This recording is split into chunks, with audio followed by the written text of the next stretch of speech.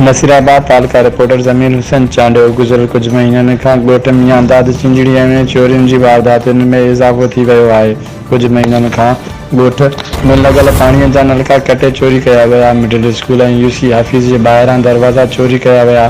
Transformer कॉइलूं ऐं ॿियूं क़ीमती सामाननि जूं चोरियूं कयूं वयूं। बिजलीअ जूं तारूं कटे चोरी कयूं वयूं। साबिक़ काउंसलर डायरेक्टर ज़ुल्फ़िकार अली जी औताक मां सोलर प्लेट चोरी कई वई।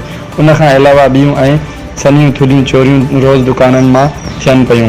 इन सिलसिले में मीडिया सां ॻाल्हाईंदे साबिक़ काउंसलर ऐं समाजी अॻवान डॉक्टर ज़ुल्फ़िकार अली चिंजड़ी सिराई नज़ीर अहमद ऐं ॿियनि चयो त असां DSP तालुका नसीराबाद ऐं SHO खां मुतालबो कयूं था ॻोठ मियां दाद चिंजड़ीअ में चोरीअ जी वारदातुनि में मुलविस चोरनि खे फ़ौरी गिरफ़्तार कयो वञे।